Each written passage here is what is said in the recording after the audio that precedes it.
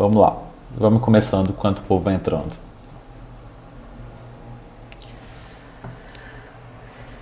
Gente, vamos falar hoje dos poríferos, tá? Vai ser o primeiro grupo de animais que nós vamos ver, né? Semana passada nós vimos as características gerais dos animais, né?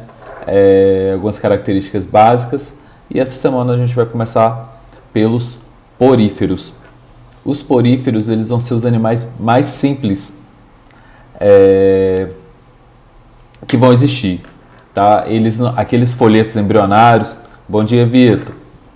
Aqueles folhetos embrionários que nós vimos, aquele celoma, que é aquela cavidade onde vai abrigar os órgãos. Os poríferos, eles não vão ter nada disso, tá? Bom dia, Gabi. Os poríferos, eles não vão ter esses folhetos embrionários, esse celoma, nada disso, tá? Eles vão ser animais bem simples mesmo. E eles não vão, outra característica importante é que eles não vão formar tecidos verdadeiros. Então, igual nós temos no nosso corpo, um conjunto de células que juntam e formam um órgão, que esses órgãos funcionam, têm uma mesma função e acabam formando um sistema. Os poríferos, eles não vão ter isso, né? Igual as células se juntam e formam, por exemplo, um pulmão, aí vai pulmão, traqueia, tudo mais ou menos a mesma função que forma o sistema respiratório. Então, eles não têm essa formação de tecidos. Então, a gente fala que eles não formam tecidos verdadeiros, tá? Então, são os animais mais simples do reino animal. Suas células não formam tecidos e órgãos. São todos aquáticos, né? A maioria marinhos. Tem alguns de água doce, mas a maioria são marinhos.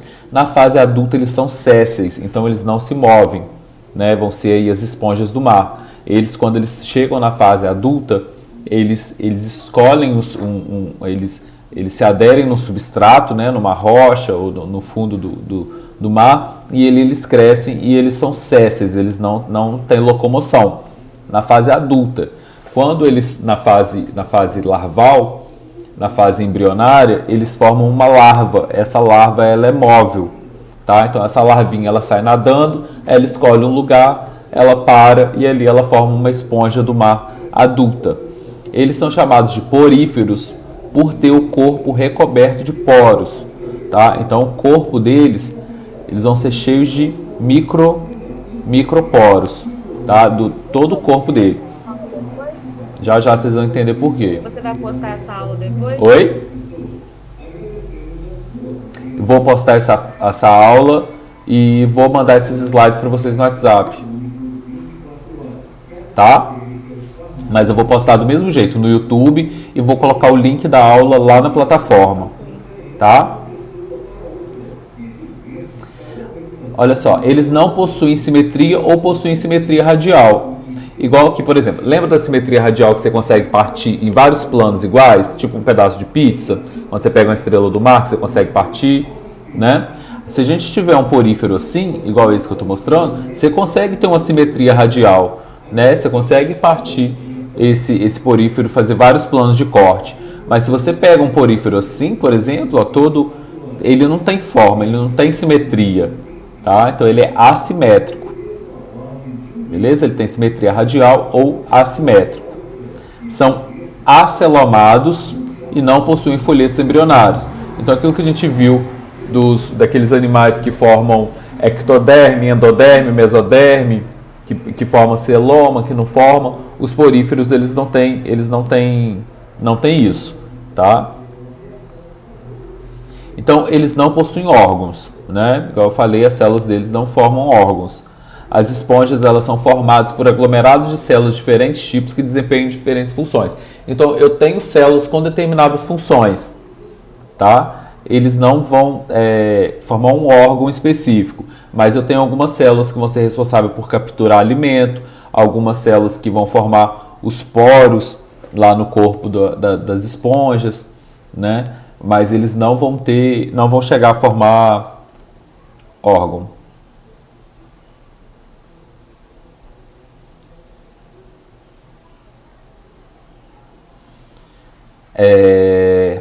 geralmente possuem o formato de um vaso, onde a parede possui diversos poros. O espaço interno ele é chamado de átrio ou espongiocele, tá? Então aqui, ó, aqui é um desenho de uma esponja e essa cavidade interna dentro dele, lá da esponja, é chamado de átrio ou espongiocele. E essa abertura, né, vai ser chamada de ósculo.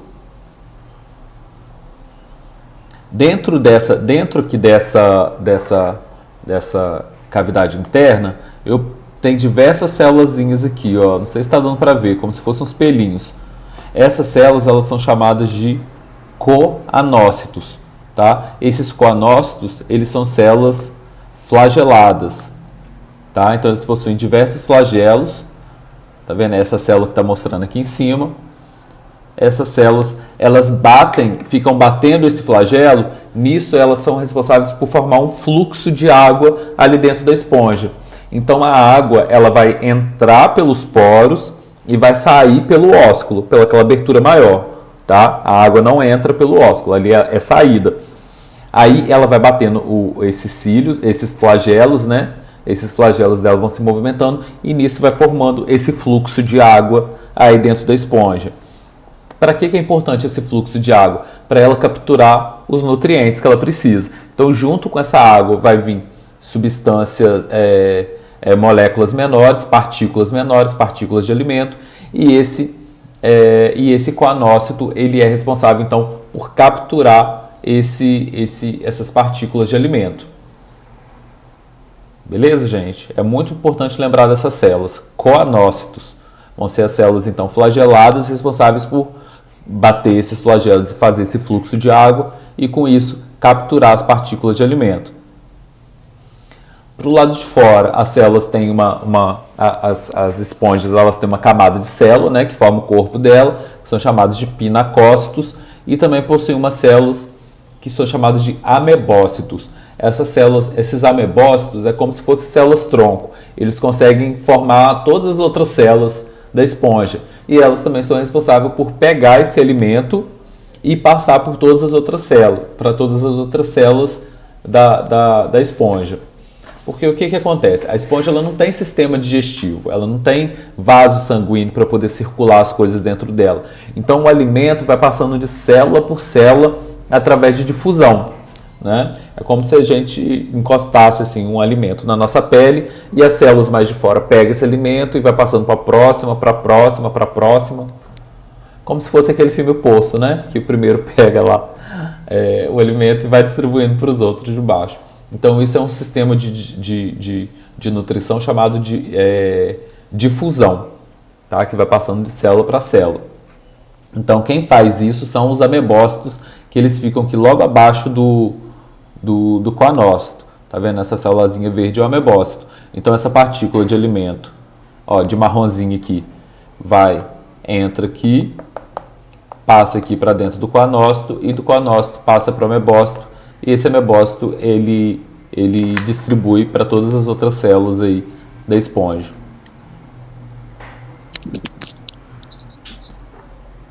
Então aí, ó, um outro desenho. Eu tenho aí, então, o corpo da esponja. Do lado de fora, eu tenho os pinacócitos. Eu tenho aqui também os amebócitos com flagelo. Eu tenho um outro tipo de célula, que eu acho que eu não falei aqui também. Aqui, ó. Eu tenho um outro tipo de células, que eles são chamados de espículas. Essas espículas são células que dão rigidez para a esponja, né? Se você pega uma esponja do mar, ela é rígida, né? Ela não tem um corpo molengo, né? Ela é rígida. Isso por causa dessas células chamadas de espículas, tá? Essas células que vão dar rigidez para o corpo da esponja. Elas também têm umas células chamadas de porócitos. Esses porócitos é que vão formar os poros no corpo das esponjas, né? Então esses porócitos eles vão ter forma de canal, né? Para que vai formar esses poros, esses microporos aí. Beleza? Então aí eu tenho os amebócitos, eu tenho os coanócitos, né, que tem os flagelos aqui do lado de dentro. Eu tenho os porócitos, que formam esses porozinhos, que são essas amarelas. Os amebócitos, que estão aqui mais para dentro. Eu tenho aqui, ó, a espícula, que vão dar rigidez e sustentação para o corpo da esponja. O átrio, que é essa cavidade aqui, e o ósculo. Então a água ela vai entrar aqui pelo poro e vai sair aqui pelo ósculo.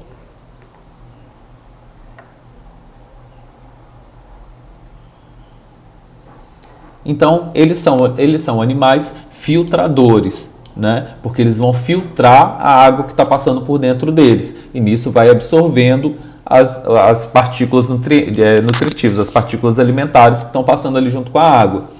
Tá? Então eles vão formar esse fluxo e nesse fluxo eles vão filtrar a água ali e pegar o que eles querem. Então são animais filtradores.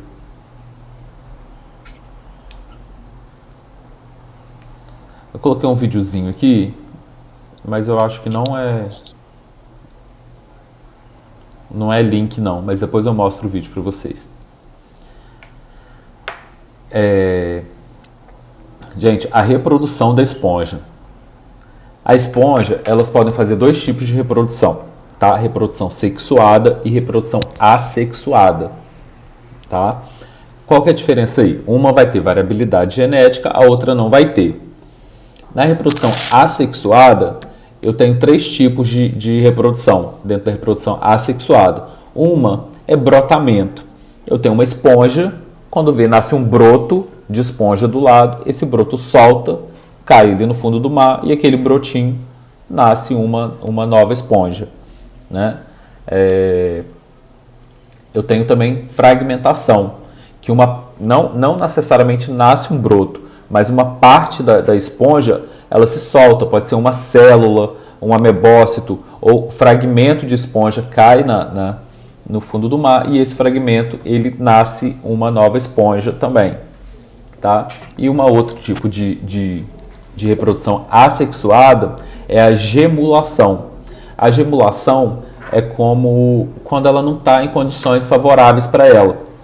Tá? Uma esponja está lá e ela, vamos supor, ela está bem a 30 graus. E quando vê que a água começa a esquentar, ela forma uma célula que ela fica dormente ali, como se fosse uma semente. Tá? Ela para o metabolismo dela, mas ela fica ali quietinha. Na hora que a temperatura está boa para ela, a situação está boa, ela volta a nascer uma nova esponja. Tá? Isso também é um tipo de reprodução chamado de reprodução assexuada. Todos esses tipos você formou esponjas geneticamente idênticas, né? Você não teve variabilidade genética. No brotamento, caiu um broto ali, nasceu uma esponja idêntica à outra, né? Na fragmentação e na gemulação também. E pode acontecer reprodução sexuada, né? Não vai ter lá cruzamento, ato sexual de esponja, né? Imagina. Mas a esponja, você tem esponja que macho, né, e fêmea. Aí você tem ali a esponja que libera, abre o ósculo ali, libera espermatozoides, né, gametas masculinos. Esses gametas masculinos eles saem nadando e caem dentro de uma outra esponja que vai encontrar o gameta feminino. Nisso vai fecundar, esses gametas eles vão fazer uma fecundação e disso vai formar uma larva. Essa larva é liberada pelo ósculo, essa larva ela sai nadando, acha um substrato, uma rocha, alguma coisa para poder se fixar, então ela se fixa e nasce uma nova esponja geneticamente diferente, porque ali ela vai ter encontro do gameta masculino de uma esponja e gameta feminino de outra. Então aí eu tive uma variabilidade genética.